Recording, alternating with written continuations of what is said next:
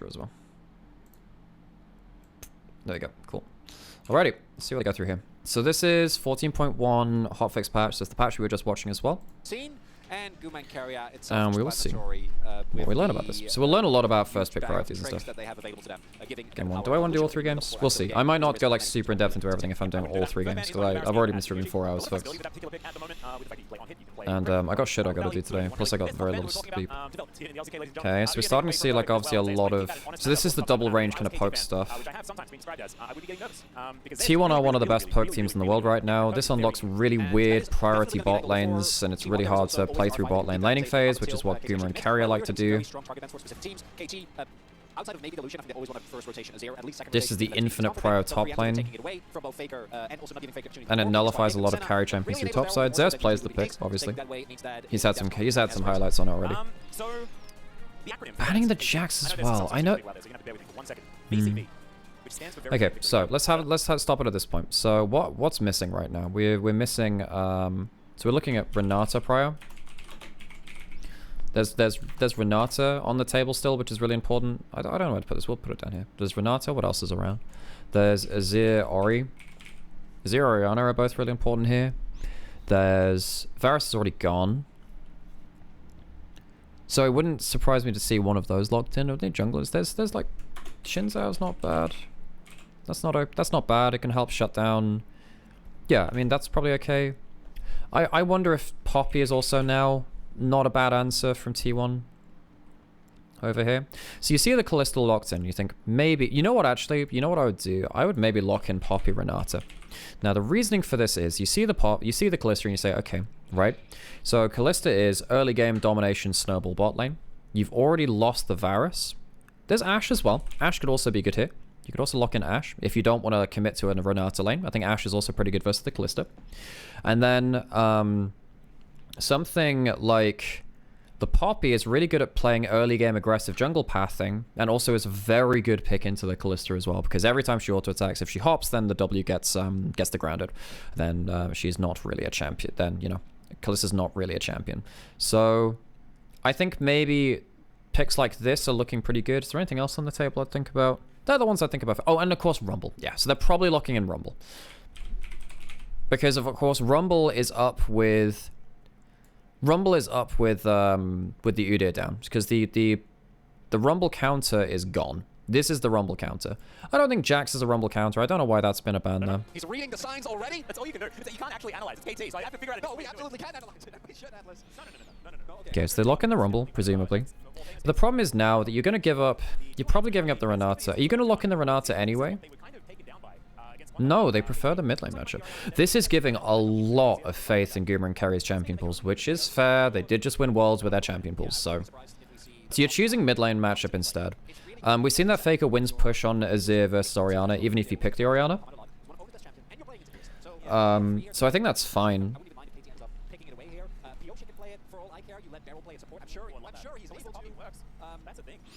And instead of the Orianna, they lock in the Talia. So maybe this is just an evolution of the mid lane meta and saying actually that Talia is preferable to that. And plus also this gives you some macro movements as well. Ah, that's a big thing. Yeah. So what you're looking now for is push with Kalista, ult,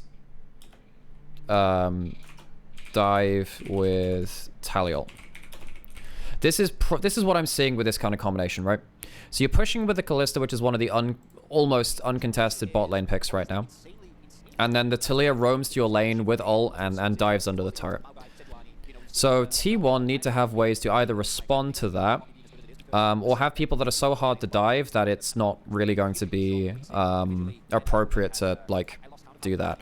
Rumble is not that champion. Rumble is not undiveable. Not undiveable. So this is both of these champions are not undiveable. So this is actually a big problem. If this Kalista starts running around the map with a Talia hot on their heels, kind of pushing in another lane, kind of like an adjacent lane and kind of running to the lane, that's really nasty. The Lee Sin can help. Pretty good at defending dives. The Lee Sin's pretty good at defending dives, right?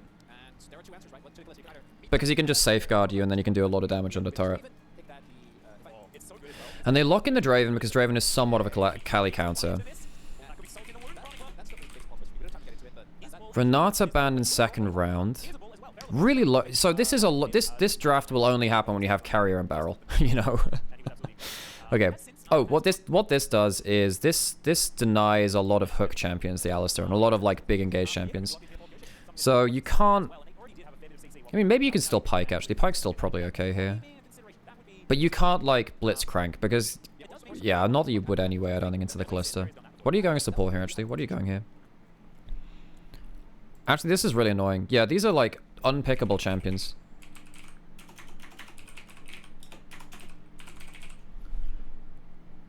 So yeah, so what I mean by that is not easy to 1-4 none. Viego ults backwards.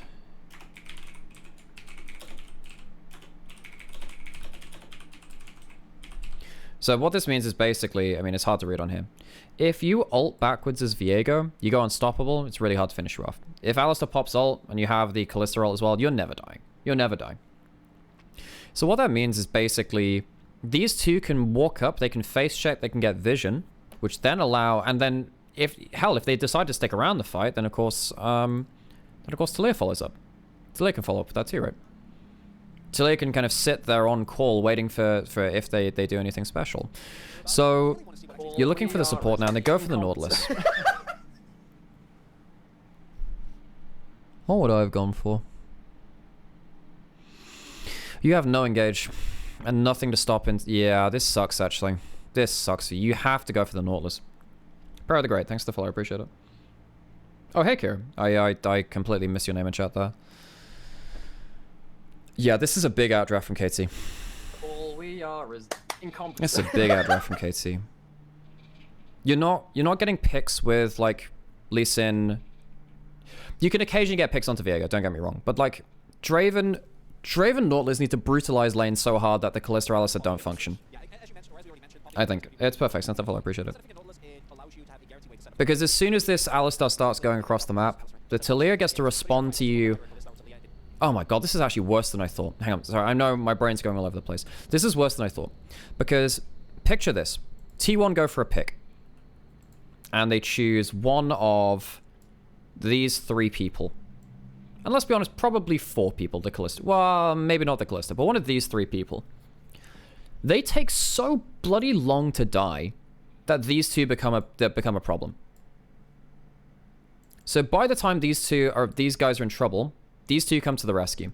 Either with Callista ulting the Alistar, or by Talia ulting out onto the map to save everyone else. So T1 need to stop this guy being unleashed onto the map and have both of these two pinned under turret. Even that is difficult, because if you try and pin them under turret, there's a chance that Talia walls you off behind and they go to good fight anyway. Because all they need to do is fight around the Alistar ult timing at that point. This is so hard to play from T1. I mean, yes, there's every chance that... I mean, let's be honest. Rumble bodies Cassante. You're going to get a big lead on Rumble. So he's going to body him. There's an accepted matchup where Rumble just gets huge value. But even then, you need a huge Alistar ult to actually get full value out of the ult. If you tag these two with the Rumble ult, and you're strong enough, maybe the damage falls apart enough that KT's carry... Well, yeah. So basically, if you tag the ult onto Callista and Talia, there is a chance that you don't have any damage left for the team fight because they have to back off. Faker potentially can get a good shuffle as well, but it's hard into Talia, it's hard into Alistar, it's hard into Viego, it's hard into all of them, man.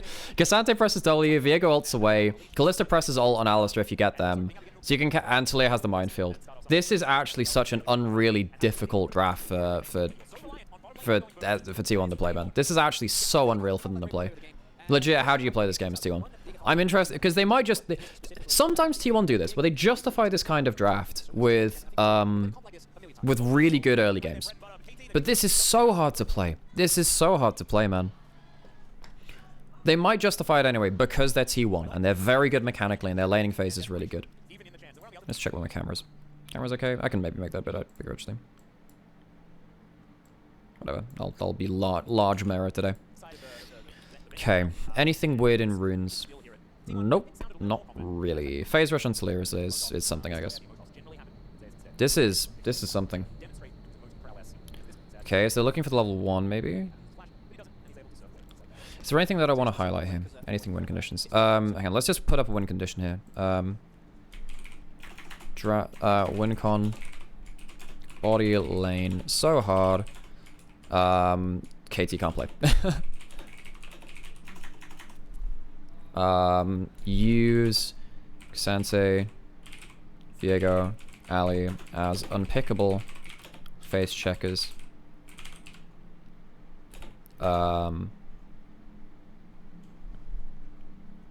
Yeah, that's all I'm gonna write up here. I don't like putting too much text on the screen, but I think I'm gonna keep that up there. I'm gonna keep these up here. That's largely what I read from draft. Okay. You're gonna get a hook? Flash for flash. That's okay. You need to do this. You actually need to do this. You need to just blow open a lane somewhere. Now, what this opens is a potential mid-jungle 2v2 for Azir Lee Sin to do something early. But, you know, we'll see, right? Like, there is now something which Ona can do. It's very hard. This is a very hard game, folks. Hang on, is this only 720? Wait, can I go to 1080? That'd be great, thanks. Thanks, cool.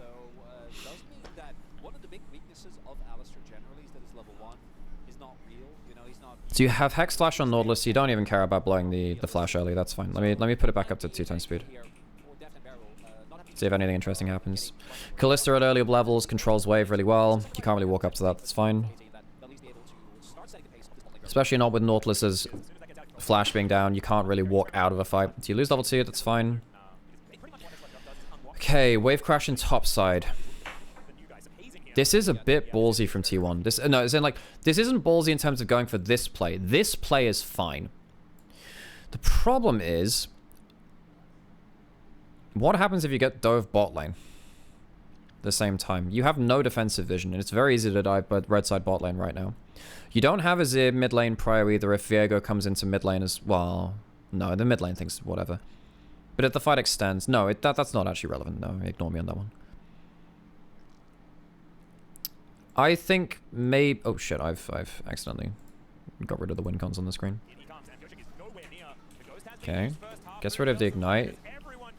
Ignite flash. So there's 2 sums for 1. How much is he losing? How much is he losing? Because he's losing a wave-ish. Wait, he's not even losing most of that wave. Was that counter wave under turret? Yeah, I mean, Perfect's not happy about this. Viego's not in play. They didn't even have good vision on Pioshek. Didn't even have good vision on Pioshek. So now they can invade into bot side. Ona still has flash, that's fine. Pioshek's gonna get big value out of this. You can't answer on bot side. Carry can hex flash over the wall. Can't be on that. Okay. I don't think you want to be fighting this bot side, folks. It's about hook. Okay. Guma, why are you walking up like that? So he uses the heal. Beryl has to flash out. So you've traded heal for flash and ignite. Okay. Ona lands another Q. Okay, this is just T... Okay, folks. This is why sometimes I'm like, yo, it's just T1. They do have some really good level 3 spikes in fairness. Maybe I'm calling this wrong. Maybe I'm calling this wrong. But you're not getting mid lane to move because BDD's pushing in like this, right? You're not getting mid lane to move in. And luckily, Ona lands a couple of really good Qs. But that is so dangerous. Now, what's happening with summoners here? Beryl's rooted. He doesn't have flash. But he gets the all-in.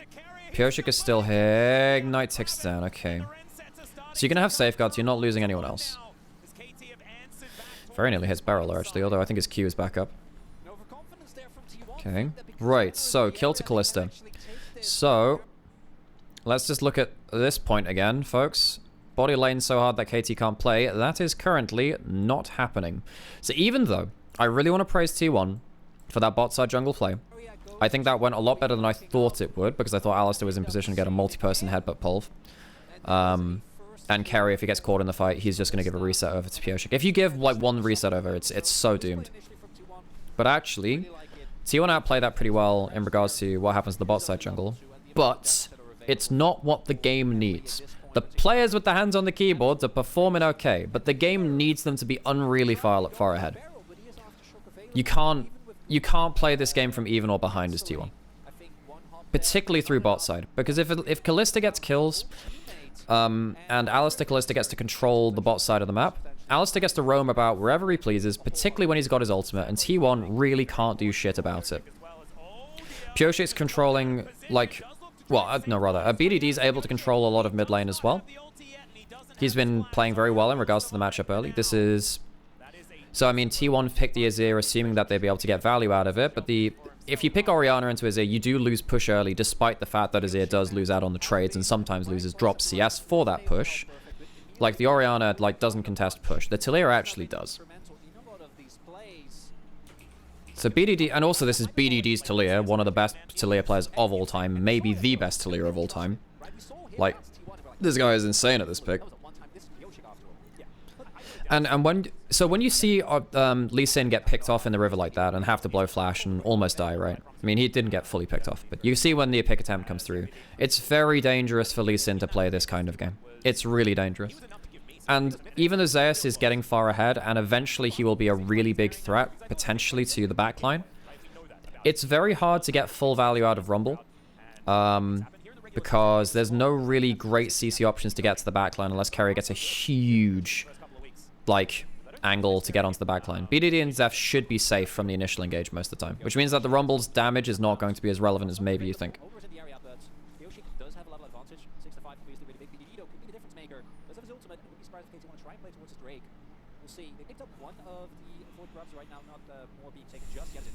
Okay. Doesn't quite... yeah. This is what we said about the Taliyah just kind of being on call. This is a problem now. I don't even care that top lane's getting solo killed. What happens here? So Carrier has flash, but hang on. Does he just not get the combo right? Oh, he just... yeah, he just doesn't get the cancel on the combo. I mean, does he die? Yeah, he does. Wow, God. Yeah, that's unfortunate. Blow the heal. And this is the problem, right? Like, I don't even care what the Cassante does. This Cassante is a placeholder pick. This champion is going to do whatever. They will be pressing W in team fights and that up. They're not going to be like solo killing in the backline, don't get me wrong. But this dude's not important. These two, like, because Kalista's ahead, it means that she can give freedom to Alistar. Kalista gives freedom to Alistar. If the Kalista is ahead, and particularly once you have like Dirk and stuff like this too, don't get me wrong, both AD carries have Dirk, but once you get to this kind of point, it is so hard to play. I actually don't know what T1 do from this position. You're looking for like miracle fights, right, where you get pickoffs around. So for instance, you're looking for like a miracle pick onto Pioshik, who's probably the easiest to pick of the unpickable targets. That's awesome from Beryl. What am I talking about? Why should I talk about these meaningless things? That's a great dive. Carry gets a kill back at least, but... he maybe could have just flashed out, by the way. He probably, if he doesn't take that soul, he maybe just flashes out and lives. That's a really good combo. Okay, well, now suddenly this is not as good as I thought it was. So you've given over 3 kills for 2. So that's actually really not good. Okay, fair play. Actually, T1 outplay. A bit of an overbold dive from KT. It's a really fun combo. It just doesn't work out. So the problem now is a lot of that gold went to Carrier. You need that gold onto someone like Draven or Azir that can immediately burst you out and use that damage. Like, Nautilus having this gold is, again, about as... yeah, this Nautilus is also a placeholder pick. Like, you're not really doing that much with it. You're there to help Rumble. You don't need the gold to do that. You just need level 6.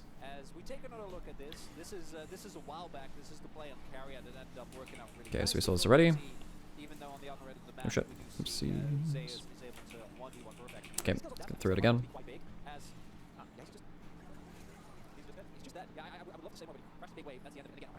Minion taxi, that was great. That was so good. What's happening here? I'm gonna put this on 2 times speed for a bit, just because I can get through a bit more of this. Okay. Yeah, now you're losing complete bot side jungle. Yeah, don't get me wrong, perfect's dying. This isn't good. Rumble's gonna be super strong. It's so much harder to enable the Rumble this game than it is for KT's composition. Like, it's so much easier to play this from ahead once the Callista's ahead. Wait, we're going back into a replay of this again? Oh, it's the POV. We didn't see the POV last time, right?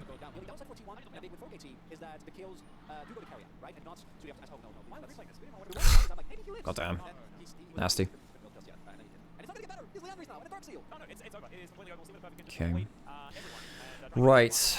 You can see also that vision control from KT is starting to creep into the enemy jungle. Little bits and pieces.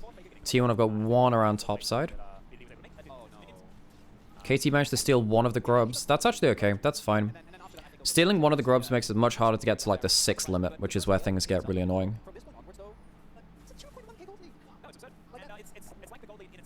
Because Zeus is actually at the point where if you can solo kill perfect, then he can maybe win through side lanes and get map control. He's 2 levels up, man. God damn. Zeus is playing very well.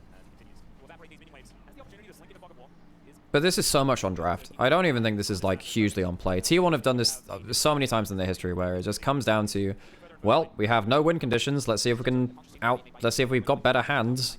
And honestly, you know, credit to them. A lot of the time they make that work, but this team, man, they get away with some shit. They get away with some shit, folks.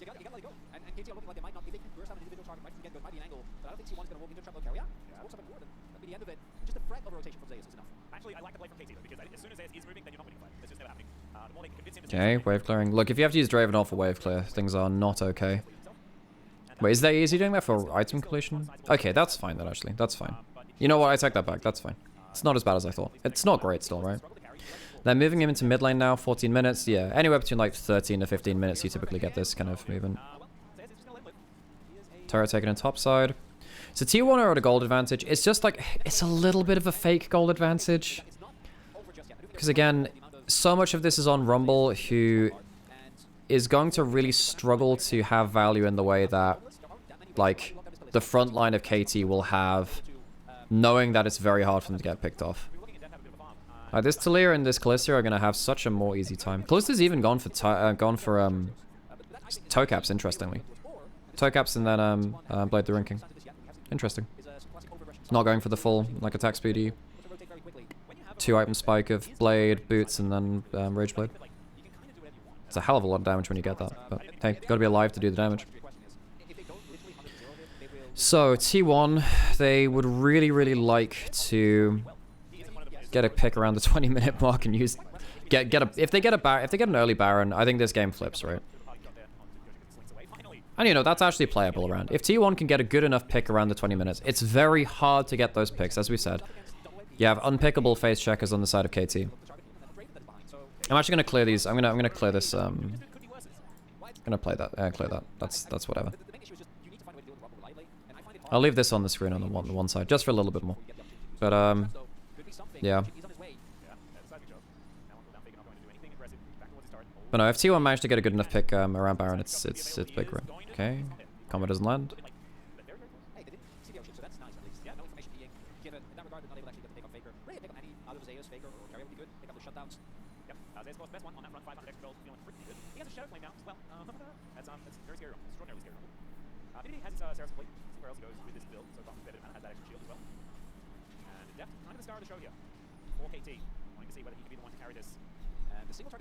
And we'll...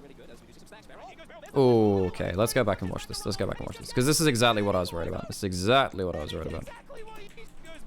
So, you've just been kind of, you know, destroyed through the bot side of the map. Callista's super strong. And you have this core of unpickable face checkers. Alistar is in range of Callista ult. Pyosha can ult backwards. He has flash as well. The Blast Crown's great, don't get me wrong, but there's no... T1 have no business being in this bot side jungle, man. Yeah, and Rumble can't use his gold. Like, T1 have to be super respectful when they're stepping forward. KT don't. KT do not need to show any respect in the world. And they're playing this well. Like, Beryl knows that he can play super disrespectfully because he has so much ability to play safe. Yeah. They have the good ward in there. It's a really good play on the Blast Cone. That's what makes it, don't get me wrong. The Blast Cone is really, it's really inspired. But the fact that they destroyed the bot side of the map and they've got good vision control into the enemy jungle is what's now going to make this game unplayable for T1. I actually don't know how T1 play this comp now. Well, I mean, like I said, they get a miracle pick around 20 minutes. And they try and, like, get a Baron off of it or something. If you get a Baron, then I think you're okay. Or they manage to get, like, steal a dragon or 2. Okay, let's slow this down. Let's slow this down as well. Actually, this is an important fight. This is actually an important fight. Okay, so you have unpickable phase checkers, like we said. So Pioshik still has ult. It doesn't even matter if you like, yeah. So yeah, you hook him forwards, he just ults over the wall. That's fine.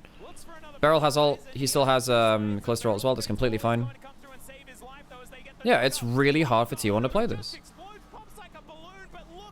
They managed to get one. They managed to get one for this, but considering how good that equalizer is, and it's a great equalizer, and how good the owner plays it as well, they lose 2 for 1 with a gold lead, because these compositions are just not equal in that situation. It's so much easier for KT to play this out. Their front line is just so much harder to. It takes so many cooldowns to get rid of them, man. But if T1 had managed to get that pick. Hang on, let's just, no, you know what, let's just go back to where it was back then. T1 have great vision around here. They see perfect up on top side as well. Oh, no, actually, hang on, that happened after. Let's just have a look at this again, just before the pick comes in. Around here. So around here, right? So you have, yeah, this is really good, because I think Pioshik knows. Loads of vision in topside jungle. Faker's coming, Carrier's coming. Everyone is on the top side of the map. Zeus is in range as well. Zeus is somewhere up here, right? You can see him on the minimap. If he doesn't ult out here, he immediately dies. He has flash, he has ult, but the chances are, if he doesn't ult immediately now, then I'll get rid of everything. Then Faker comes in, and he sweeps him back into the team. And that's probably him. That's probably him dead. Maybe Beryl can save him. Maybe Beryl can save him. But there's a chance that Faker gets a pick onto the jungler here. It's still dangerous, right? Because Kallista's just down here and potentially DPSs. But Faker has flash. So there's a chance that Faker can flash out. Maybe even flash out like over this wall or something. Maybe. We'll see. But, yeah, T1 are actually right to go for this play because of the situation the game's in. If you kill the jungler right here, you turn onto Baron, and you potentially look for another fight.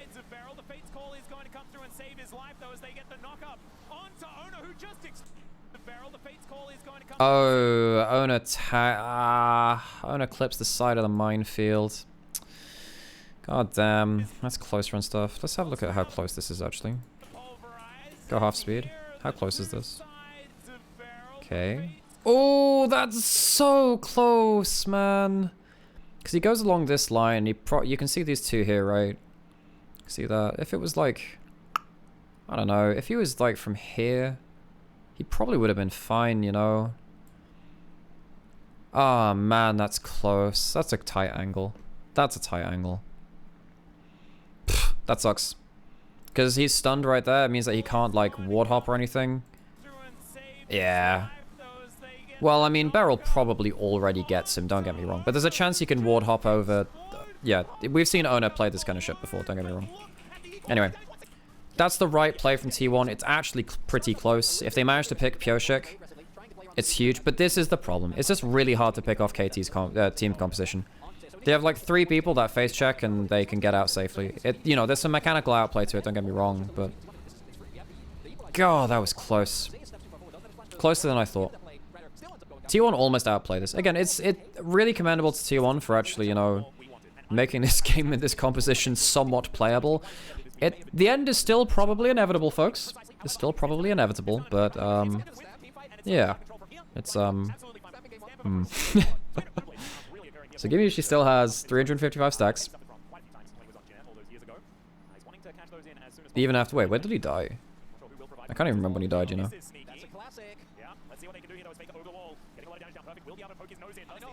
Okay, so hang on. They're starting Baron. Let me slow this down again.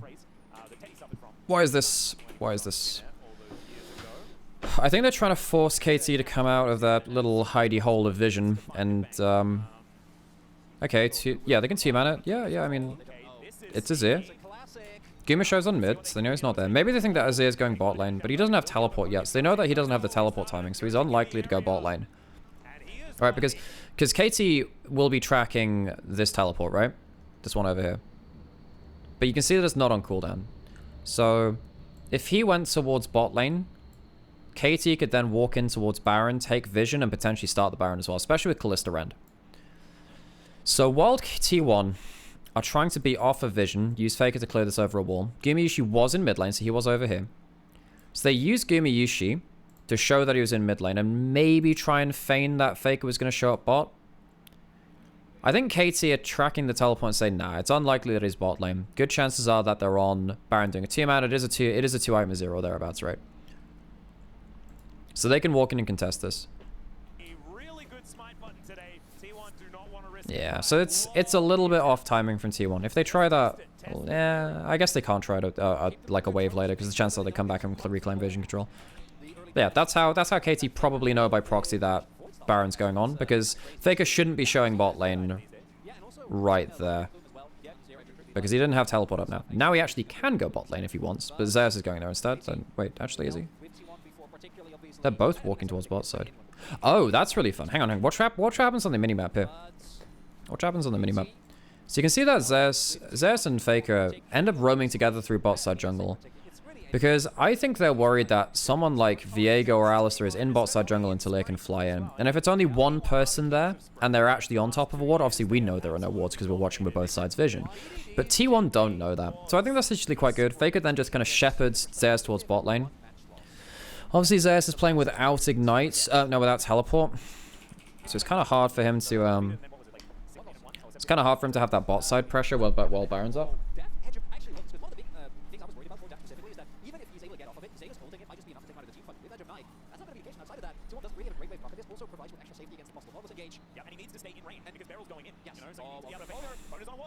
Ooh, this could be fun. This could be fun. Hang on. What happens here? I wanted to see what he's looking for here. Because he actually managed to get around vision just for a bit. Oh, Deft's gone for, this is another thing. Hang on, this is another thing. This is really important. So,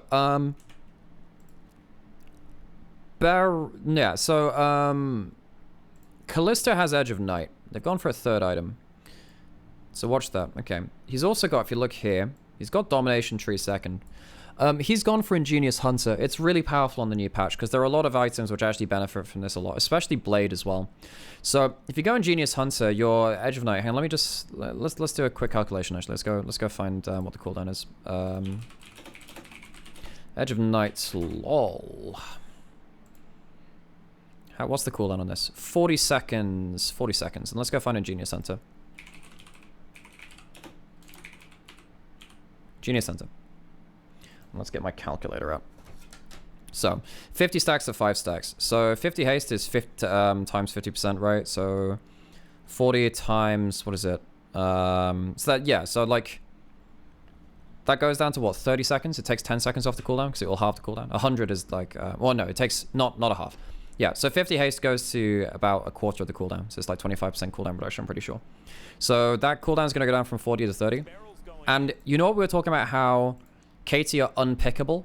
Now with the Edge of Night on here, Deft is not unpickable, but he's much harder to pick. Again, T1 are just going to have a really hard time picking off anyone. So I think Ingenious Hunter, Edge of Night, actually quite valuable here. It builds out of the Dirk, which you build in laning phase, which you sit on until third item. Owner's warded off anyway, but I just wanted to point that out. It's just those micro increases. Ingenious Hunter's really good on this season. I think we saw Flackard go Hail of Blades, Kalista, and also go Inspiration secondary for even more item haste. So we got 60 item haste, which meant his Edge of Night would have been on, like, I don't know, like 38 seconds or something like that. 37 seconds. Or like, no, 27 seconds, something like that. Yeah.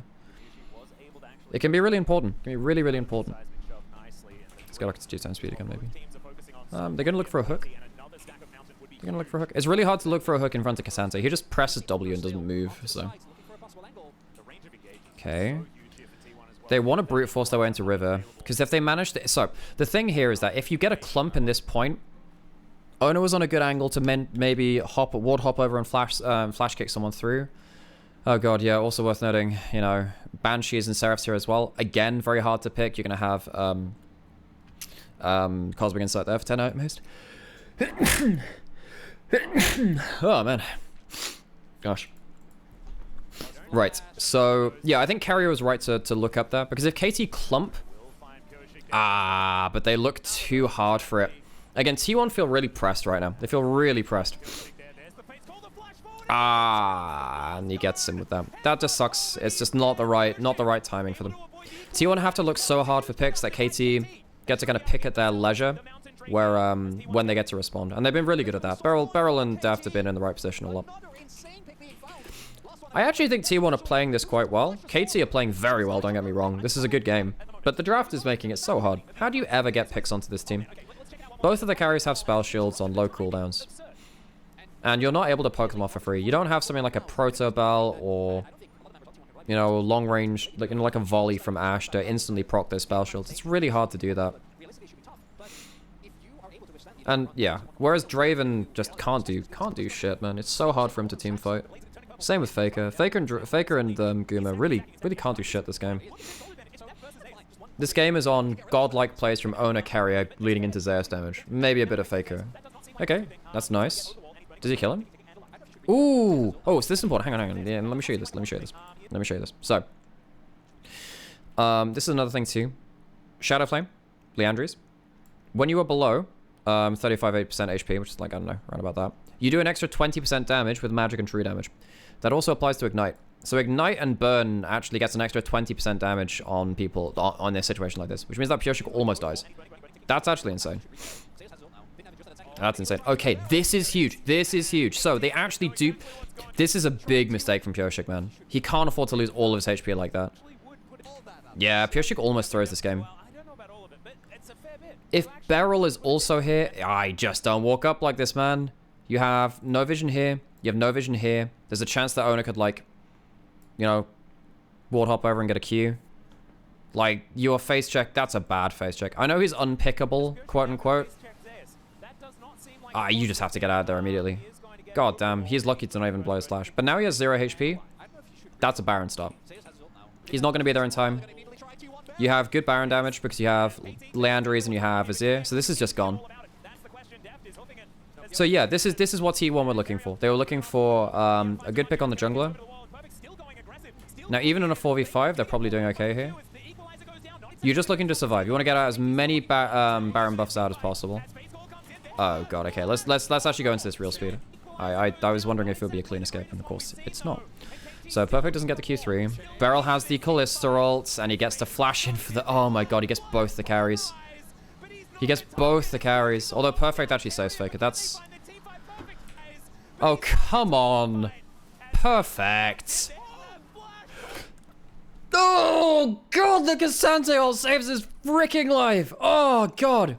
Beryl just did the godlike play, gets a knock up onto this guy, knocks another guy back, and Perfect carries him to safety!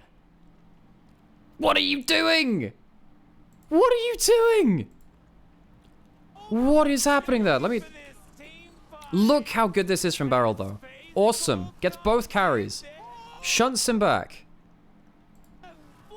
I think he buffered it on him. I think he buffered it on him. And he wanted to carry him, like... Because if Beryl gets him into this direction, he just carries him over here, and that's fine. But because the headbutt goes here, he takes him all the way over the wall. Oh, Jesus Christ. That's actually... Okay, you know what? I don't think that's necessarily Perfect's individual mistake. It's a communication mistake / coordination mistake.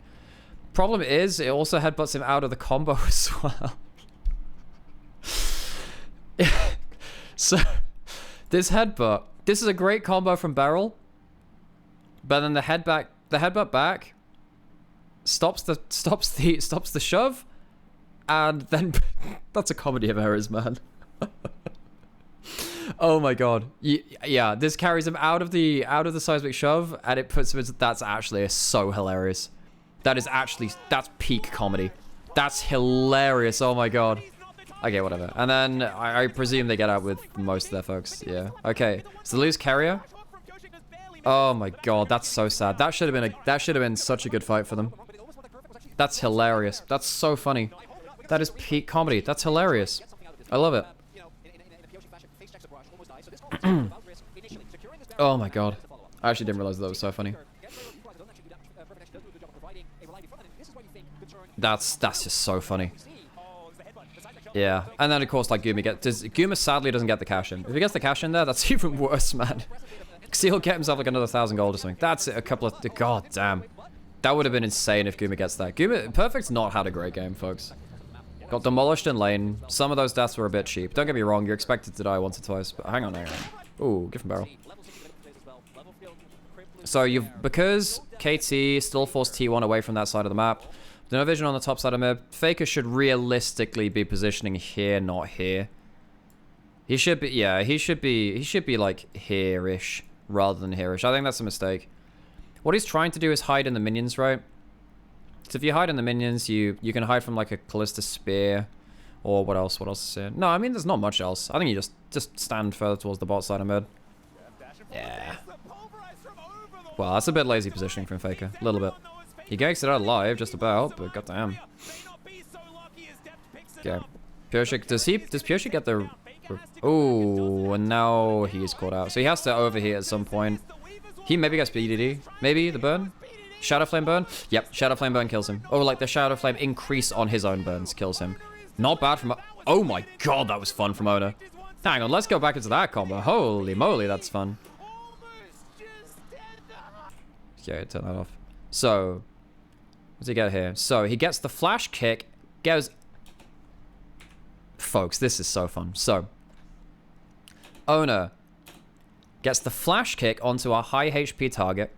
High max HP target. Lee Sin's ult is calculated off of maximum HP. He also flashes out of the Viego ult as well. And he gets the full kick through all of them. That's actually such a sick play. Blop, blop. Gets both of them there. Gets the E afterwards too. Oh my gosh, that's a fun play. Honestly, that's sick. And then Beryl messed up the headbutt. And it doesn't matter anyway. But like, that's so sick. That's a fun micro play. I like that. Yeah, Lee Sin, if you kick like a higher health target into people, like a high max HP target into people, then it's huge. How T1 have managed to get back in this game is actually insane to me. They are very good at League of Legends, folks, but this is a big mistake here from Faker. I say that. Yeah, now they've wasted their Baron push. Because they've lost people towards bot side. So what happens here? Faker...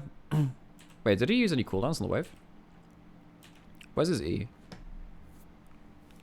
So he uses E here, gets the bone, gets the push off, gets the kill there. Kills the tower. And then he just mistimes the recall.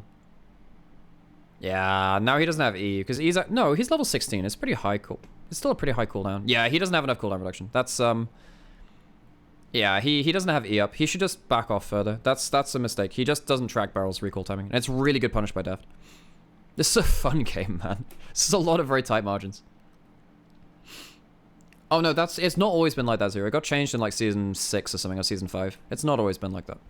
In the early seasons of League, it wasn't the same. But if you kick like a high max HP target into people, then it does a buttload of damage. So kick a Cho'Gath into an 80 carry, see what happens. It's very funny. It's kind of like Set ult. Set ult does the same thing. Or like the bigger the target is, the more damage it does on the actual impact to other teammates. Okay, gonna pick onto carrier. This is a fun game. This is great, actually. I really like this. This is fun. Because KT have managed to accelerate the...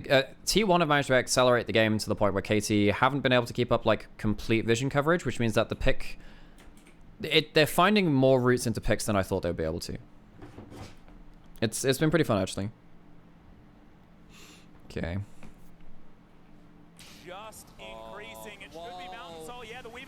Okay, they got the Rens. That's now Mountain Soul. Yeah, okay. Mountain Soul makes this much harder. Much harder. Okay, and they can't find a fight afterwards. Oof. Okay, they managed to get themselves to... they saved themselves from the Baron push with that pick onto... Pick in bot, side river, and then onto Faker, which is a very, very moment-to-moment kind of punishment. And then they managed to get themselves Soul. So now with Soul, again, much harder to deal with the defensive stats. Deft and BDD both have defensive items, so 3 Mountain Dragons are buffing up the resist they have. So that's actually pretty that's pretty relevant. This is fun. This is really fun. I think KT had a huge draft advantage. T1, I actually think, on the whole, are playing better as a team, though. Mechanically. Like, in terms... They've pigeonholed themselves in terms of win conditions. But they're playing quite well. The problem is that they don't really have an AD carry.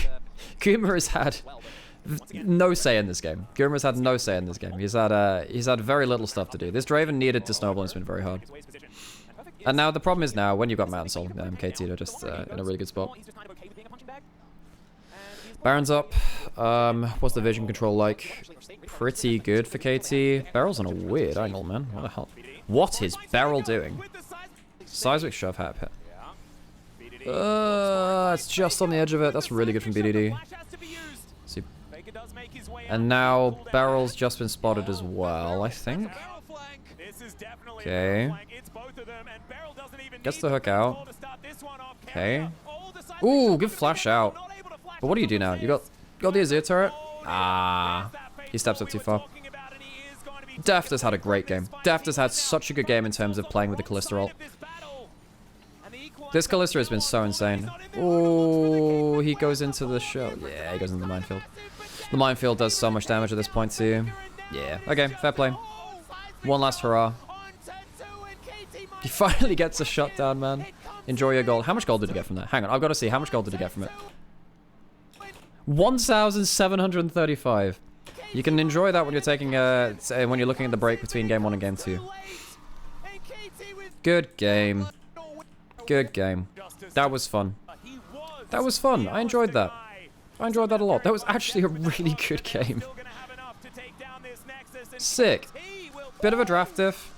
Really fun gameplay. You can see some of the decision making from Tier 1 where they felt like they had to go for certain picks. I think that was the right decision. I think mechanically, actually most of the players on the map were playing really well. You didn't see too many mechanical errors. I think that Beryl and Deft were inspired. I think they were really, really good. The pick from Pioshik and Topside River was actually really quite concerning. That was actually really not good. But yeah. Okay, I'm gonna go get myself another coffee, and I'm gonna be back for game 2. Draft 2. So, side change. That's important to note. We have a change in sides. Switching sides. This guy's done. Yeah. Not today. Definitely not. Let's see what first pick priorities have changed. So, oh, we didn't see Emilio picked up last game either. Swap of sides. T1 have moved over to the blue side this time around, and now no AD carries are allowed to play. We're just we're banning all of them. The Ashe is still up and available. Slipped through the draft entirely in our previous game. We have, you know, Beryl who has an Ashe skin, Carrier who has played a heck of a lot of Ashe. Going to 2-side speed. I shouldn't be winning this long. What's the first pick? So Senna's banned, that makes sense. And now they banned this out. So this makes me think that T1 want to go back towards like Azir Orianna mid lane matchups rather than the Talia kind of messing up what they know about mid lane prior early. Because Faker kind of struggled to be as active early game as he does do against in like Orianna Azir matchups.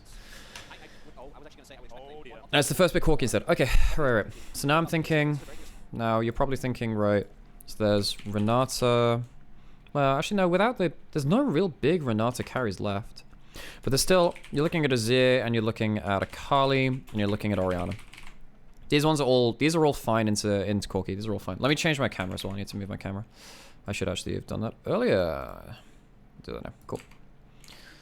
Righty. So you're looking at those as an answer there, but what are you looking at in terms of like jungle prio and bot prio? There's Rumble as well. You could also look for a Rumble. Does Perfect play Rumble? Huh, so now that's interesting. Okay, that's interesting.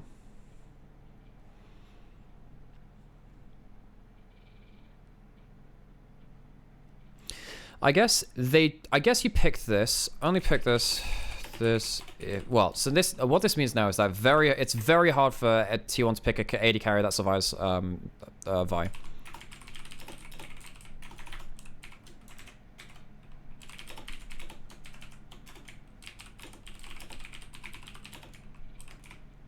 This is what this duo means, right? If you pick this because you pick the Vi, which is very good at locking down carries, with the Xayah, which is the one carry that's really good at avoiding that, what do you do, right? So what are your bot lane thoughts now for Gimiyushi? What do you do for that? And their answer is be long enough range away that the Vi can't reach her. So what this is outrange, easy Vi engage. That's what this means. What that means is that Pioshik has to overextend to get ult. Maybe he dies on the engage. God damn it.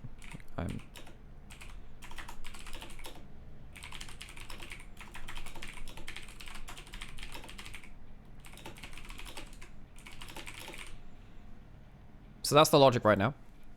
This is quite easy to follow, at least. These ones are quite easy to follow. And you have the Tahm Kench as well. That one's self-explanatory. Now what does Vi do? This is, and now suddenly this early pick Vi makes you feel really, really bad. This early pick Vi makes you feel awful. I'm gonna clear this off the screen, because I think we followed the logic through there, right?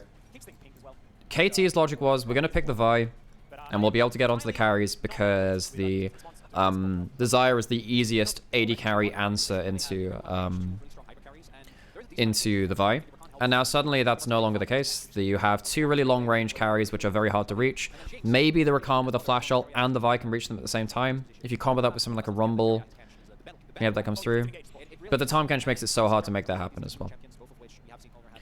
So now T1 have a good front line, they have really long range carries, and the Vi is going to struggle to get value. Now the Vi can lock down the front line, but if you're going front line to front line, the Vi and the Corki are going to shred you faster. The Akali is like the answer into the Corki. If you devour someone away from the Akali, she can wait and shroud, wait for you to spit them out, and then she can ult you anyway, so that's fine.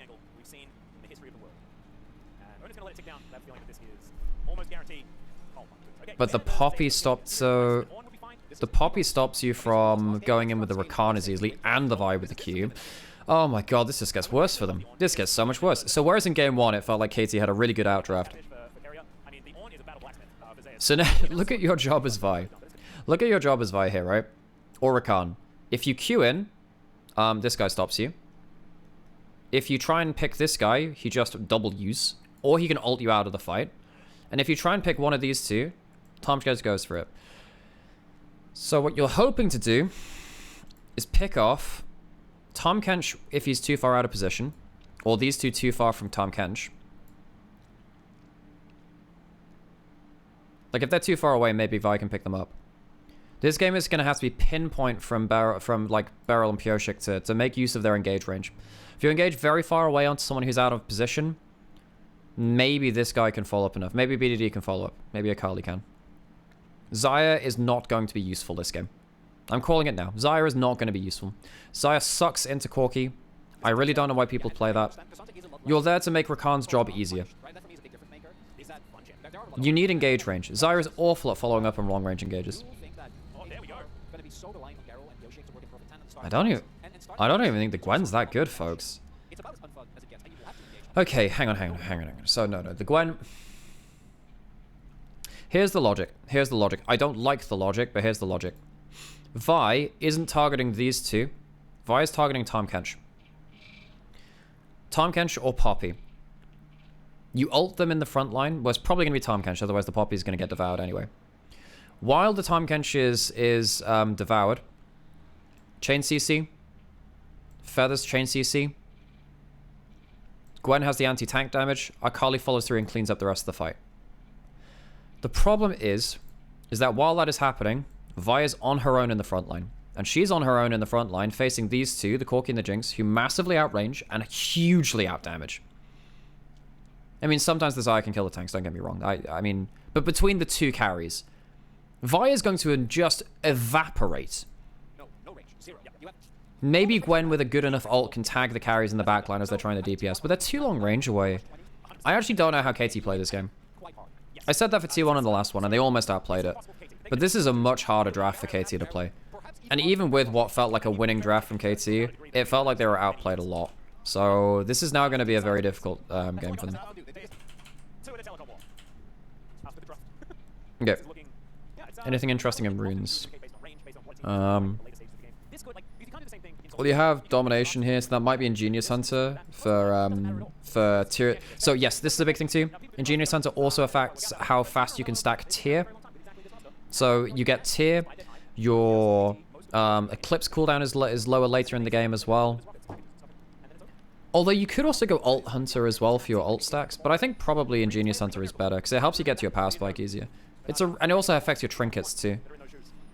So this isn't a lane. So yeah, so in this lane as well. Oh, hang on, let's just slow this down. This is actually quite important 2v2 because Jinx has better wave control than Xayah at level 1, but Xayah Rakan can all in you. They start with the W and the E for the battle dance because you have the double shield.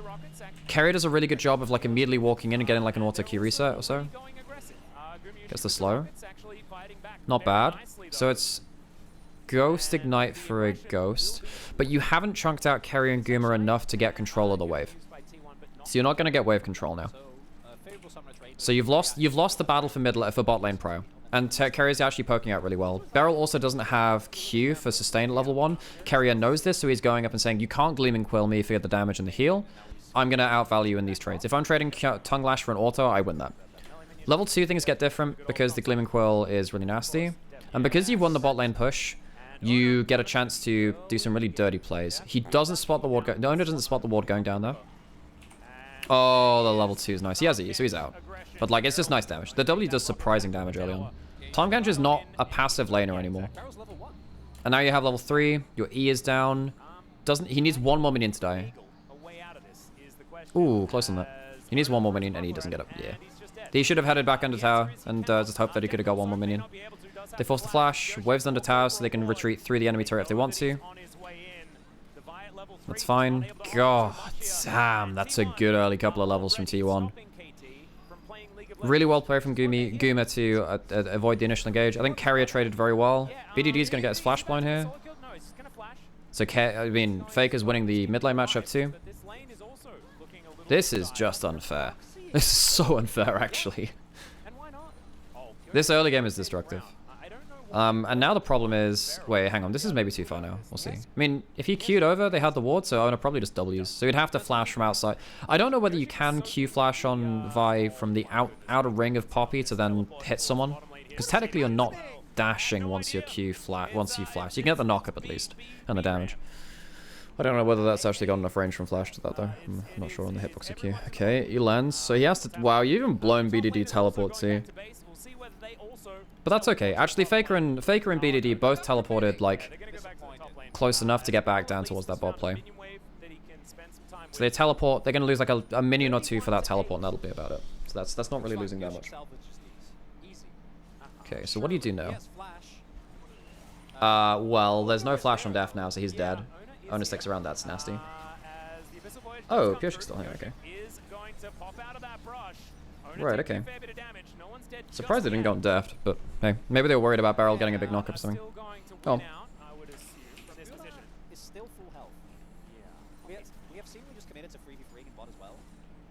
Righty, so... Actually, you know what? I'm gonna check something real quick. Did Faker actually have... Ingenious Hunter? Do we get... Oh, I don't even get to see that on that VOD. That's sad. No, I was going to check. I think on the scoreboard it doesn't show it anymore. Not the full runes anyway. Oh my god. 30 CS lead in bot lane. 2 plates. Yeah, this Xayah first rotation. The Xayah Vi first rotation is a massive misread from KT. That is such a misread. That has thrown this entire game, actually. That was such a bad outdraft. So BDD doesn't have flash. There was a chance that he gets stopped by the thingy, the Poppy W, which I keep forgetting the name of. Steadfast Presence. Okay. Wow. God damn, Pioshik just got diffed hard. Honestly, Pioshik didn't even have the best game 1. He had that one really good ult over the wall, but then he almost gave up the game with that Baron pick. So Pioshik's having a bit of a rough series.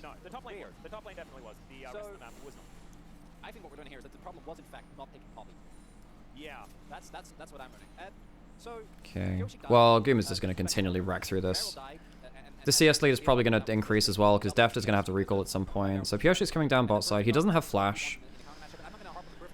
They have double flashes on bot side as well. Let's just slow this down. So he pops out... He pops the ghost first. Oh my god, they can actually turn this into 2v3. Yeah. They can actually turn this into 2v3. So Carrier has to flash, but that's fine. That's whatever. Zest is doing fine top side. It's, again, top lane matchup in this game is a bit of a placeholder. It doesn't really matter. Guess the stun. Yeah.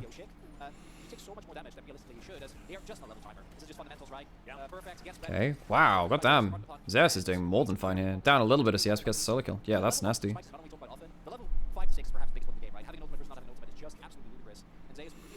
Okay, Faker's got himself Hex Drinker and Tier. Yeah, he should really go Ingenious Hunter in this game, because the Hex Drinker cooldown's nice too. So you get your Tier stacks more quickly, you get Hex Drinker quicker. Eclipse, when you get it, does more. Well, like, you get more of them as well. It's really big. the late game, but you get outraged so badly. Even with the hard engage with the hard engage with being fatal there. You're trying to hard engage the Kench, and Poppy and With so much action happening bot side as well, you can't really look to shut down Faker. Carrion might die here. Oh, he's fine. Cool. Alright. I was about to say, maybe he dies, but lol. Deft has picked up support item. Trying to hit people with Q. Get as much of that as you can. Knock up all misses. Pershik has 6, but you just don't have the damage on this Xayah. The Xayah can't do anything here, man. The Xayah is not going to give you the damage you need to win these kind of fights. Okay. Good accuracy from Faker. Got some decent poke.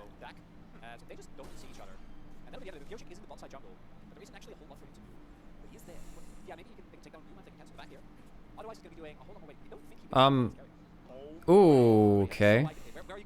What is Pyoshik doing? Okay, so he's going into mid lane now. I don't think he kills here. What is... I mean, Pyoshik's done a... It's a fun path, but... hang on. Is he just literally gonna kill him again? Hang on, let's go back to that. Let's go back to that. That was closer than I thought it was. So, we're not gonna get closer with this. So... Zeus tower dives, brings him out from out of turret, out of his W as well. Ghost for ghost. Dodges a Q. Ooh. Nice. Oh no, double knockup. Daft gets his ult blown. Okay. Actually gets a big perp blade called. Oh, the Devour! Sick. Sick, sick, sick. Well, he has package, so goodbye everyone. Beryl has flash. This is so doomed, man. Okay. But like, how do you play around bot side from KT? They managed to get a pretty good blade caller, but T1 invade on the package timing. They don't even use it for a objective. Ooh, BDD misses. If he hits the shuriken flip there, then maybe that's a bit different. Ow. Monk, reset. Reset, double reset. You can hit the turret for 1,000,000 attack speed if there was minions there. That would have been nice. Yeah. Okay. Well, if the game wasn't over before, pretty much is now. So BDD has 1 item, but I just don't see how BDD does enough this game. You might be able to kill 2 people in a fight if Owner and Faker are really in the bad position. But trying to kill people through the Tahm Kench is just really hard, man.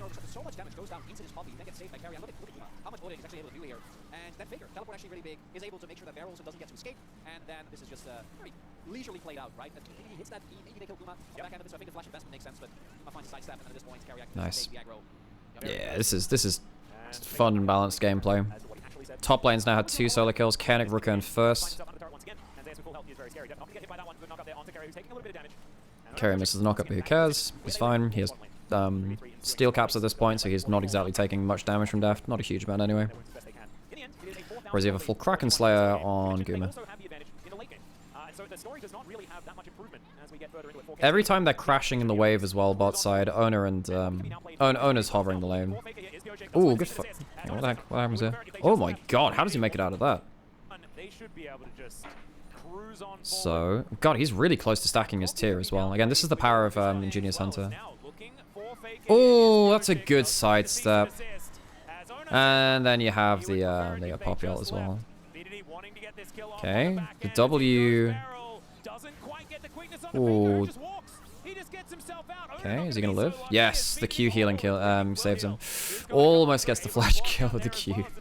Carrier, buddy. Does he die for that? He's just about okay. Gosh, goddamn. Well, I mean, Chad Owner dying for his mid laner, I can appreciate that. That's a jungler after my own heart. Speaking as a mid laner. I was actually wondering if Guma would run after get Deft there with Get Excited.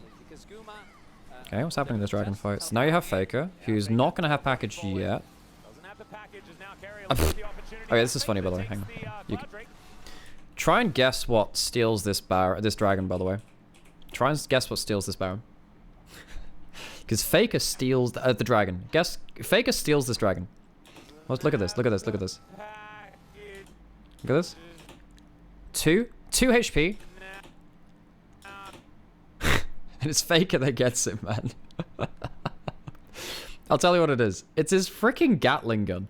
His Gatling gun kills it. The tiny DOT just on the edge of it. It's not even that tiny a DP. It's actually pretty big, but like comparative. Jesus, man. Guma gets his ult. Might even kill him anyway. Ooh, almost gets the W. That's so funny, actually. That is actually peak comedy. And now Faker is gonna get himself like a 16-minute or 15-minute Muramana. That's gonna evolve really soon. Didn't even know Corki is that big. It's bigger than you think. I didn't realize it was that big either, actually. But apparently it is. Corki actually starts E level 1 in a lot of mid lane matchups, you know. They gotta show us a replay of that. Then maybe we can slow it down even further and see what happens with that. No, so this is mid lane. They're really good sidestep. Poppy really good disengage. And then he basically just dies for his mid laner. Maybe uses his W a little too quickly. But like, look at this, man. This is so funny. This is so funny. But like, look at this. Let's slow it down even more. Look at this. They've slowed it down. We've slowed it down. That is so funny, man. That is so funny. Oh, it wasn't actually slow-mo, I don't think, actually. Pyroshik's had a nightmare of a game. He just can't do anything this game. He's been a bit disrespectful. He's been outplayed a bit. His lanes are losing. BDD is doing pretty okay. Like, the Akali into the Corki matchup is a good one. Akali does counter Corki quite heavily, actually. I found it kind of weird that some people were saying that it's hard to play Akali into Corki, which I just don't agree with. I think that Akali is such a big threat. Okay. He maybe dies here. He's got E. He got charmed so he can use his E. Okay, right. Decent kill. That's not bad. Wow. So Perfect gets big value here. So hang on, what happens here? How does this all fall apart? Faker has Muramana. Okay. Gonna get into it. So Perfect and BDD gets him. Oh, misses the... Maybe kills him anyway? Oh, the Ignite. Yeah, he kills him. He kills him. Yeah. Oh, 1v4? Remember that this is yeah, I mean he gets 2 out of that. So while this did look like a good fight for KT, they took down the Jinx really early. It's still a 3 for 3. And they, you know, it's a 3 for 3. Like, this is still not good for them. I suppose with the shutdowns it's good. Actually, with the shutdowns, it's still better for KT than it is for T1, but that should have been so much worse. The fact that Zeus cleans up 2 at the end of it is so nasty.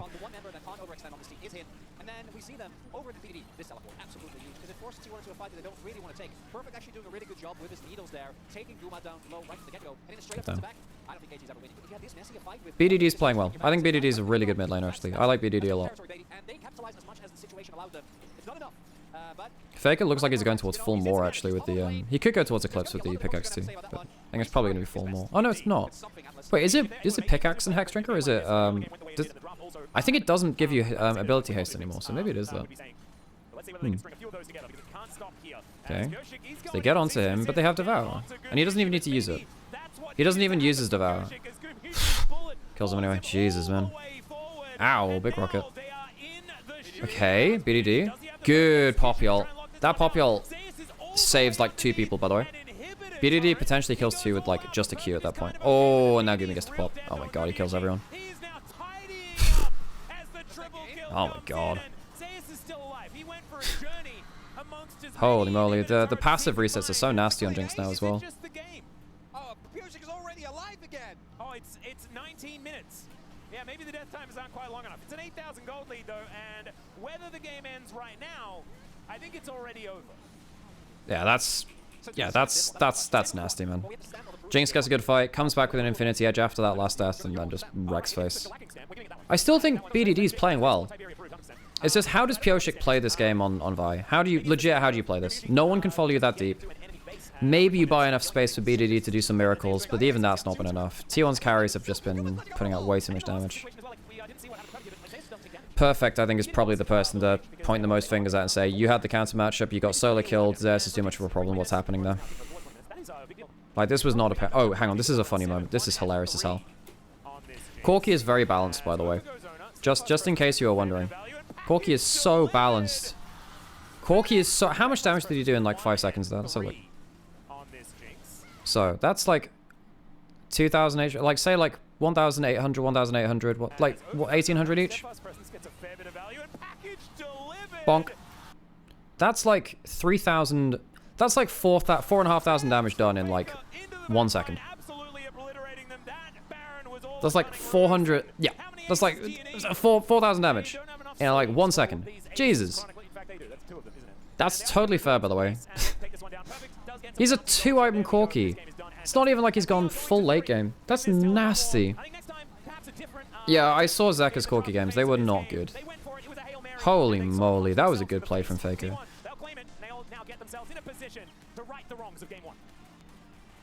Game. This is one of the most. We were not happy with how that game went. Okay, I'm gonna give myself a quick brain break. I'm just gonna go take a quick break and not look at the screen for like a minute, and then I'll come back and finish off the series, and then I'll end the stream there. Okay, folks, let me get back to it. Let's finish this off. Move my camera again. Okay. I think maybe he was fourth. I think Carrier might have. So Senna's being pretty much permabanned to stop shenanigans. Well, too many shenanigans. Team effort really, as the Corki will this time get banned. The way I understand it, they don't really want to just blind that. And otherwise, T1 have shown they are extremely happy to just pick that up early. Ash actually getting back. I'm surprised that Ash wasn't picked or banned more earlier in the series, actually. I feel like that was a bit of a sitting one. Okay, the Talia means that Faker gets to be in a mid lane match. Well, I don't think that the Talia... I think T1 were a little bit unprepared for their Talia mid lane matchups, and BDD is just very good at the pick, so...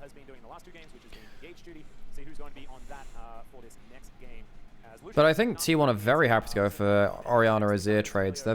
Faker is very, very good at the Faker. He's probably the best player at Azir Orianna matchups in the world right now. I don't think he's the best on other matchups, but this matchup is very clearly the Faker matchup. It's what he won worlds with, really, the Azir Orianna matchups.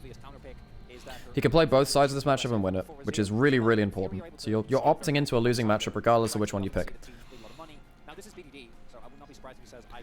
So by picking the... So, this is the thing here. By first picking the Milio, you know that Milio has 2 lane pairings. That is... and they've both been picked. The Lucian and the Aphelios. So you're choosing one of these to give up. Now, I think it's pretty much accepted that Lucian Milio is too strong to give over. In fact, Lucian's been banned a lot of this series. So you'd rather take the Lucian for the Lucian Nami. I think Lucian Milio is stronger than Lucian Nami right now, on the whole. Well, I mean, if your Nami's really good, I think you can justify it. But, yeah, I think so. You're aiming for the Lucian Nami, and you know that they're going to pick the Aphelios Milio. Now, Lucian Nami tends to beat the Aphelios Milio earlier on, but in team fights and sometimes around certain item pass points, the Aphelios can beat the Lucian. No, I don't like the mirrored layout either. It's very confusing. I don't like it. It's really, really annoying. Everywhere else in the world does it the other way. So you've opted... So actually, T1 have winning bot, winning mid.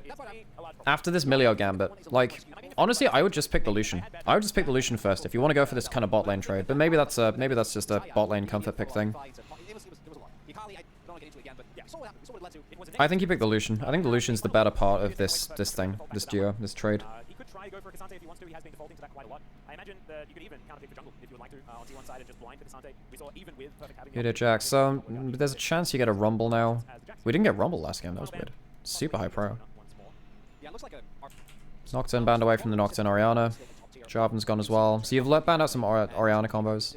But the Rel's a really good combo as well. That's fine. Rel's good. And you have yourself the engage you needed from the rest of your draft. KT currently don't have that engage. So what are they going to pick that up with? Cassante is the best blind pick top lane you've got here right now. Oh my god, are they going to play Rammus Yuumi bot lane? Is that why they're hovering the Rammus?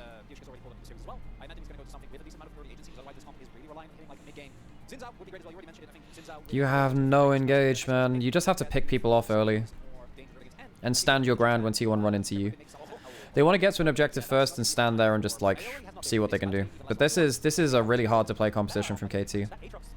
You need to outvalue 2 losing lanes in bot side. You're probably not you're probably not winning the top side matchup as well. So you have 3 difficult matchups in lanes. And Xin needs to do a lot of work early game to make sure that they can walk to objectives first later into the game. If you're ahead of the game, KT can walk to objectives. If you're not ahead, then good luck. So I think T1 walk away with a better draft though. So 2 of the 3 games they've had a better draft. Game 1 they didn't. Game 1 they didn't. They almost outplayed the worst draft, but yeah. It was still a worse draft. It's a hard draft to play.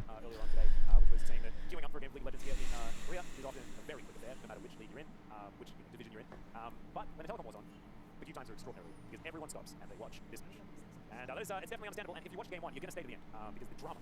That is Okay, slowing down. mana flow band achieved. That is just a little Let's go, carrier. bit. Pixel brush here for a moment. I'm gonna get any That's, wrapped around Nami is really mana hungry, so that's actually that's not a terrible thing to have. know what you're gonna get. I think the swings are a little larger for Beryl. Both ways, absolutely. Yeah. They're not gonna go for the craziness this time. And also, we can see that there's not a poppy here in this lane anymore. We're not gonna see a. Oh, another thing as well, Faker's running triple tonic this game. We'll talk about that later because it becomes even really important at one point. Of course, one of the other things about this duo as well is that Lucian can build support item. He's a very good Bloodsong user because he loves using Sheen, but he's also early lane dominant. Not many other Sheen users who want to build who can then obviously build Bloodsong are lane dominant enough for it to be seen in pro play right now. So you're losing the first couple of levels of pro play of priority. That's fine. Good wards from T1 stop Shinzao from getting an easy access route into mid lane. Ona is covering bot lane, which is fine. Top lane's doing fine. I don't think there's any chance of Pyoshik doing much here. Either jungler has been spotted yet, as we will now obviously owner showing up vision should be able to clear out at least one of the wards. Vision given by the plants, and then we do have early Scott actually picked up by owner or Yoshi went for a full coverage back. I think to cover a possible dive. Oh, this is a fun thing too. So Guma didn't go for Doran's early. Looking for the dive, we see Yoshi He went for Longsword. Oh, hang on, this is a big moment. Yeah, he clears the ward, but that's just a greedy recall, man. It's really greedy. What that does mean is that Guma and Carrier don't get contested on their crash, but they move to try and help jungle anyway, so they don't get much out of the crash. But yeah, so if Kuma gets the back for Kerchi's shard and he gets to go for support item, he's super happy. Although he goes for the Noon Quiver instead. Maybe he wants more wave control. But that's a late support item. I'm surprised at that. Summoners all down mid lane, which is huge for the junglers there now. And he's also extraordinarily low. There's no flash on Pyoshik either, as the orb does come in. Pyoshik just pushing him away. And remember, God damn. extraordinarily low. Now 2v2. The information of Ona's position is not there. Faker debating for the moment. I might have suspicion that with Faker still staying around. Oh, Oda's been unspotted here. He's got Hex Flash as well. And there it is. Oh, and he hops back out towards Pyoshik. That's a good escape. And now Faker's moved forward. Ona is taking the brunt of this Good damage, dissonance from but the Faker. huge. And the sidestep's good. Does Nice. spot the gap between the two of them. God damn, this is close. Oh, it's another thing too, by the way, folks.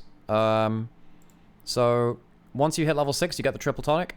This is the elixir of force. It gives you 20 AP. Too much damage, but it is a stalemate in the end, and the intensity is. But like once both again of these mid laners are trying to get themselves like a good reset, man. Well done by BDD and Pyoshik, able to absorb the pressure coming through.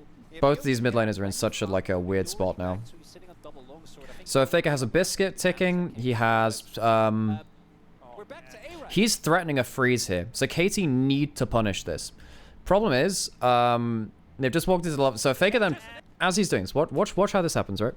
Watch how this happens. This is really, really fun. Watch this. So, watch this infantry here. So it goes, the elixir goes, immediately gets the combo. Blam. Both mid jungles run mid. And Faker hits like Pyoshik with like a full combo, a double combo, and then an auto. Like a full combo, another combo, and then an auto. And the Elixir of Force comes in really, really clutch. You know, just before he's dying, Beryl has a shield and a Aerie heading his way. It's super, super close. So that extra damage at level 6 mark, really, really important. Good to know that he could use the triple tonic at the time. It's a good little like micro adjustment. Right? Like, so this is really well done. Insane and stuff. On that initial play, through the BDD, and a pretty good bubble from Carry. And here I'm like, that is going to T1, about 1,000 gold. Not end well or anything for KT, but So now you're ahead in this mid lane matchup. It's control mage versus control mage. Reaching your first items first are really important, particularly with Azir Orianna. Shockwave can be really, really important. Ooh, shit, that's close. With Azir Orianna, a Shockwave can very much kill, so if you're ahead of the curve, you can do some pretty nasty things, like this. That's what happens here. So he has Shockwave back up now. His Elixir's down. CC combo. BDD does a pretty good job of getting damage onto Faker, and they do a good job of turning. It's just, by losing the play before this, you're kind of doomed at this point. If that was out of vision, that probably hits, but BDD knows that it's coming. and move on back away. And T1 just taking incremental advantages in this game. So now Faker has tier 2 boots to walk up to get into shockwave range. Yeah, tier 2 boots are really important versus Azir, not Orianna. Because you can walk up and threaten him to back off much easier. Because it's much easier to land shockwaves on him when you have the move to your disadvantage. Advantage, rather. Or discrepancy.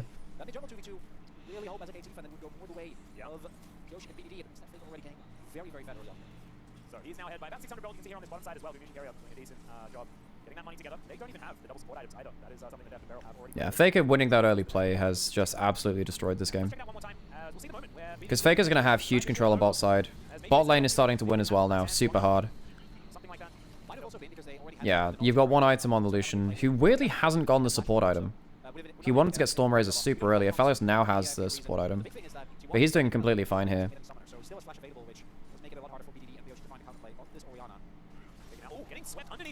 Okay. Okay. So he doesn't manage to force flash back, but his flash... Okay. Wow, this is a load of people bot lane. Faker might be able to teleport bot side and have a shockwave, you know? Does he need it? Okay. So they don't trade anything here.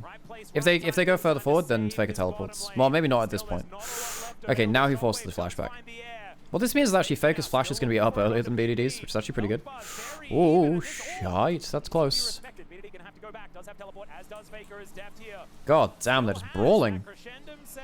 So folks, this is a huge thing which is different between LEC and LCS. I highlighted this in a TikTok video. Follow my TikTok, by the way. It's really good. I do league content, both educational and storytime stuff. I tell a lot of stories about Faker and the like. Other people too, don't get me wrong. But yeah, so if you look, when T1 are going for these plays, right? You don't see this in LEC or LCS.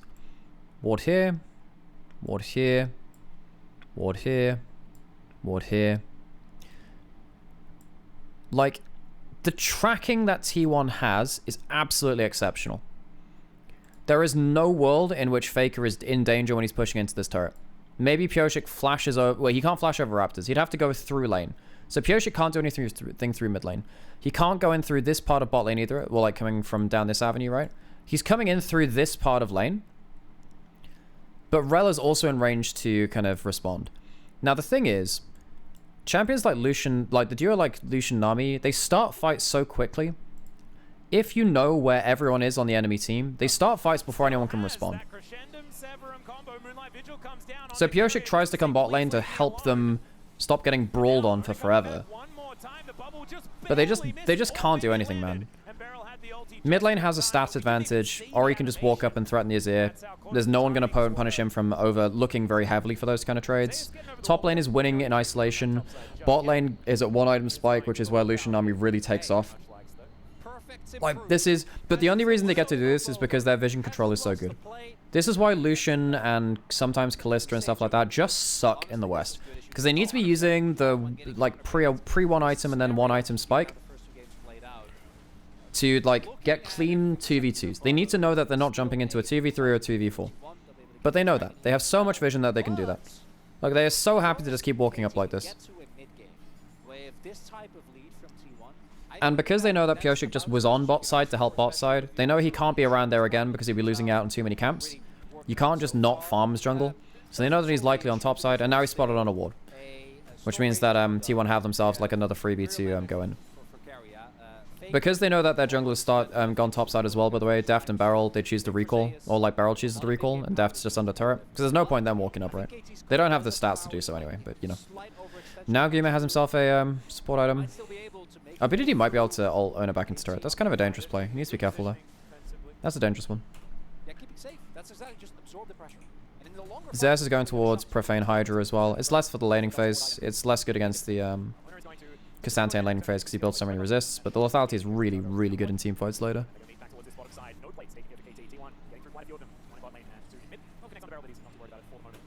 Like, let's see. But even now, T1 are refreshing their vision around bot side really well.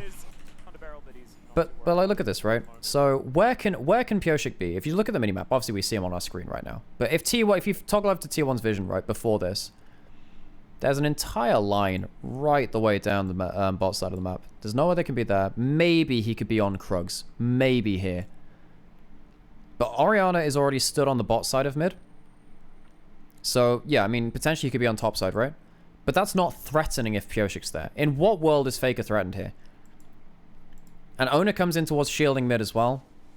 Because he knows that BDD is, like, walking up to. Like, there's a chance here. Now they spot Pioshik. But even if that shuffle hits, I'm pretty sure that shockwave just comes in and kills them anyway. Because Owner's there in time. T1 have won the information war. It's very fitting in the Telecom War. But yeah, the reason that this is working is because Faker and Gumi Carrier are so far ahead in terms of stats that they bully out their lanes and go into the enemy jungle and put wards. It's not enough to just take HP off of enemy champions. You force them back under turret, you get wards in a good timing, and it means that you can just keep fighting knowing whatever you do, you're not going to get ganged up on. It's really good play from T1. It's really good play. Faker's got himself like 1.5 items. You know, he's got boots. BDD still can't afford boots.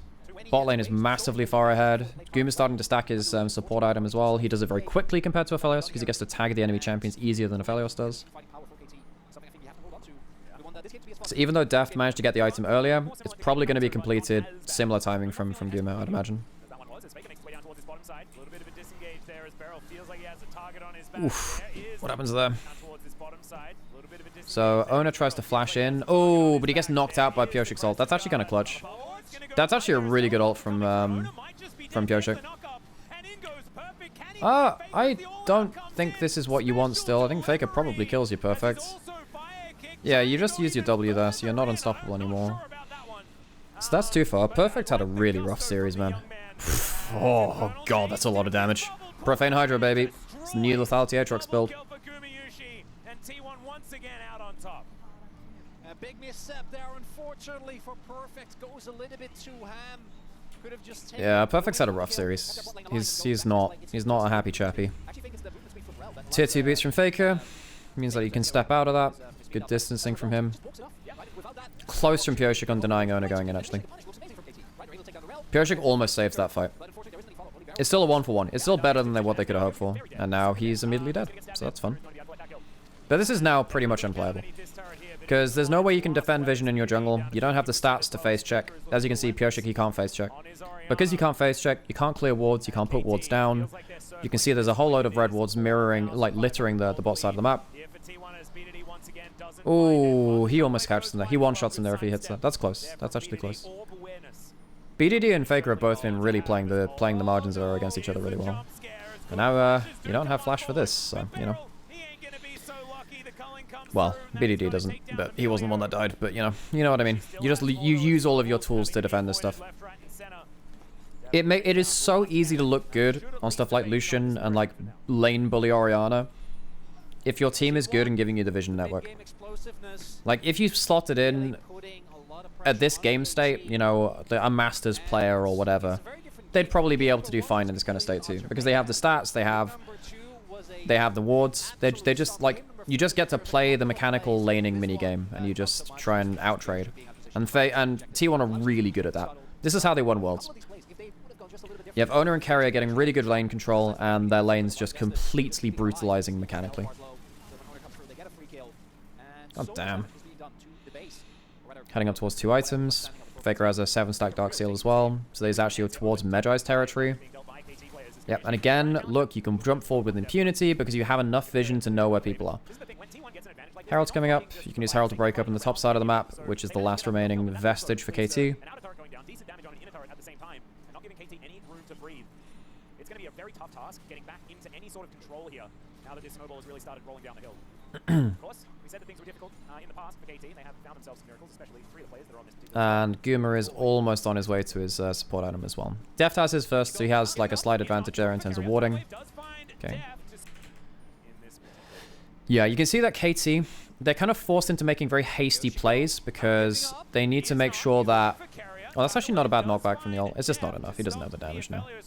Like, if they wait any longer, the vision control gets really bad for them. Oh, he gets the shunt into the wall. It's just not enough. If BDD was in range for a shuffle, that'd be great. That'd be great, but it's just not. It's just not there in time. So that's a brief moment where KT potentially could have made a play, get a pick onto the support. Killing a support means, of course, they can't be around to sweep and place wards. And in the case of Lucian Nami, to buff him up and make him really, really stupid. That's really good. Charge the Heralds quickly into the next tower. Super easy. But yeah, so if they killed the support, there's a chance they could wrangle back some vision control and give themselves a little bit of a fighting chance. But it doesn't feel like they have that now. And now Pioshik doesn't have all flash, which is, you know, super annoying for him. Right now, almost 7 goals, 2 dragons. It's a relatively weak dragon, which is nice for KT. That's something. But it's gonna come down to getting some of these bounties. We're still gonna get a big team fight from behind in game 2. Don't forget that did happen. It did. It didn't matter, but it did happen. It'll be definitely difficult in this one because T1 have been just fighting exactly what they need. That's I feel. Zeus is controlling his own lane, even though he's gone lethality into a tank. It's completely fine. He's just controlling the wave. He's wave clearing super quickly, taking the trades that he can. He's got advantage at Edge of Night now as well, which makes him just that extra little bit harder to get rid of. The extra HP on it also won't go amiss. Okay, so you have pretty good Baron damage. Lucian's pretty high DPS. You've got Orianna who's around here as well. But you have the ability to just jump on KT if they jump out of position, which is exactly what's happening now. So Pioshik has his ult back up. Owner is tanky enough to tank up most of the... Oh, that's a good shockwave. Bloody hell, the Storm Surge is insane. Yeah. Yeah, that's insane. It doesn't... That play doesn't happen unless Owner is super tanky and can survive there for so long. But this is the end of the game now. T1's ability in this team composition to jump forward and do damage is very, very, very strong. And, yeah, I mean... KT didn't have an option to leave that alone. You can't let Baron go down, otherwise the lane pushing brutalization style which T1 have been going for would be even more powerful. Because you can't even clear waves at that point, which is... Okay. Good shot, good flash out. Yeah, maybe a bit greedy from fake to stay there. And he gets himself a Medjay's. Good stuff. The extra move, so Storm Surge gives you 5% move speed. Medjay's over 10 stacks gives you 10% move speed. So he has tier 2 boots, dissonance, and 15% extra move speed. So that's really nasty. That, like, trying to close that distance is BDD when you're trying to get him with a shuffle, or someone like Perfect is trying to ghost at him, or Pioshik's trying to land a W. It's just really hard to shut down this Orianna now. The extra stacking move speed is something which mages sometimes get a hold of in very fed games, and it makes a big difference. Because, you know, mages aren't champions with like a Gale Force item like AD carries used to have and stuff like that. This is the next best thing. It's good damage, and it also gives you really good survivability with move speed. And now it is the slow burnouts. A huge gold lead, 12,000. All you're really hoping now from KT is a huge overstep where you can catch one of these carries out of position, and just hope you get big shutdowns. You would have loved to get that around a Baron, but you just can't. Just can't. You don't have any stacked dragons either. The game's not going to slow down. I mean, if you get a good enough pick, unironically, if T1 had Soul, and then you manage to get a pick and delay it till Elder, that's the only way you get out of this game, really. A Baron steal or delaying till Elder, but I just don't think that's going to happen. You're not even allowed to leave your laning phase. You know, you're not even allowed to leave your lanes. This is so oppressive. Got Serpent's Fang on Goomer as well, which is going to help against the Severum Shield, and then also Emilio's everything, and a little bit of Cassante as well. Here's he is a shield. It's a cheap lethality spike, and it has a pretty decent passive.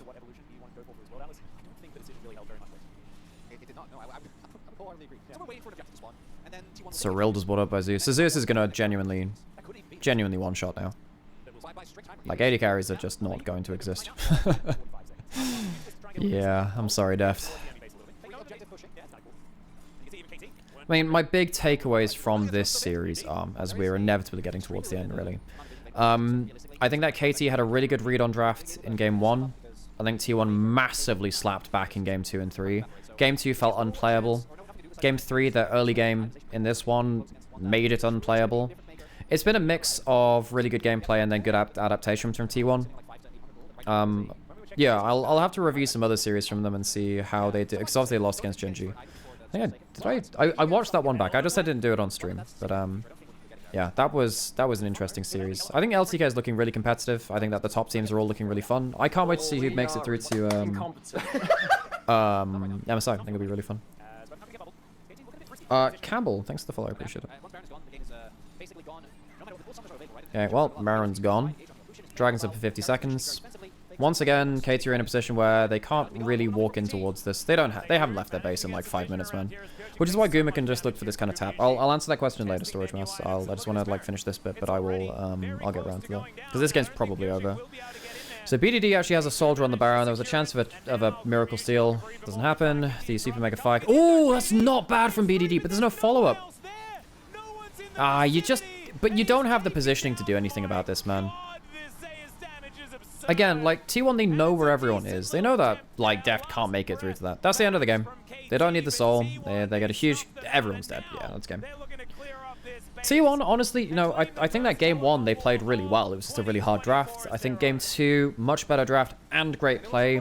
Game 3, once again, we saw how, much like game 2, you can't afford to give early winning lanes to T1. You can't give early winning lanes to T1. It just doesn't work like that, man. If they have like 2 winning lanes, the game's just over. They're far too good at getting vision down into the enemy jungle, which allows them to continually play aggressive. It's quite an intricate style. They developed it over the course of Worlds again. They used to play it obviously earlier in the year last year. But I really enjoy watching T1. It's very fun aggression. It's good stuff. It's good stuff. What is the counter to a good Lucian Nami like T1 bot lane? Is it to contest the mid push in mid game or try to outscale like in this game? I mean, there are some other duos which can somewhat deal with them. I think Kalista Renata can work against them. I think some Kalista lanes can work. Sometimes, this is what happens in Europe, but this is quite hard. Sometimes you can play Blitzcrank lanes, so when, even in a 2v2, Lucian never feels like he can dash forward, because if he ever uses his E, then suddenly Blitzcrank can like flash ult and then hook him. So that I think that we might see, in some levels of play, Blitzcrank used to counter it. On the whole, you need to make sure that you can punish Lucian when he wants to go aggressively. I think some stuff like Talia, very good into it, because you can respond very quickly with your ult. What you need are champions that have very quick response times to Lucian Nami. They dash in, you immediately have a counterplay. So something with like a good global ult, so I think probably is just... Nice and good. Hey, the camera rocking back, that's hilarious. But yeah, I think that if you have a really quick response time with some... I mean, obviously Twisted Fate is the example, but he's not good in the meta right now. Yeah, maybe TF comes in for... We'll see if that comes through. But I think stuff like the Talia, potentially very, very good. Orianna too, stuff like you dash forward into the ball. I think Maokai is very good versus Lucian Nami because of this. They dash forward, Maokai immediately presses ult from somewhere in the enemy jungle, that comes through, and then Lucian has to back off or he dies. There are some ways you can make Lucian Nami very, very hard to play. I think that Maokai is one of the best answers in meta, which is easy to draft. Yeah. Yeah, Rammus Yumi bot lane. Okay, folks, I'm going to end it there. I'm probably going to upload this to YouTube if you want to watch this again. I'll upload the stream video anyway. But yeah, I've been on for 6 hours, so I'm going to go find someone to send you over